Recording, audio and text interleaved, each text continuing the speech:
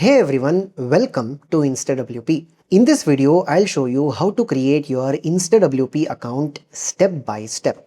First, head over to the InstaWP onboarding page. Once you're there, click on the sign up with email button. Now you'll see the sign up form.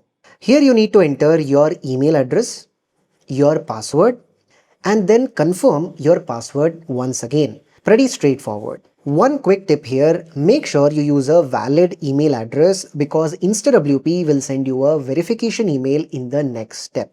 After filling in the details, check the box to accept the terms and conditions. Then click on the sign up button. Once you do that, InstaWP will ask you to verify your email address. Now open your email inbox. You should see a verification email from InstaWP.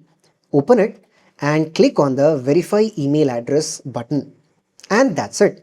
As soon as your email is verified, you'll be automatically redirected to your InstaWP account. And now your account is officially ready. If you don't see the email right away, don't panic. Sometimes it just takes a minute or two. And also make sure to check your spam or promotions folder, and if needed, you can always click the resend verification email button to send it again. Now let's quickly look at how to sign in later. Go to the InstaWP sign in page, enter your email address and password, then click on sign in. You can also log in using Facebook, Google or X if you prefer a faster login option.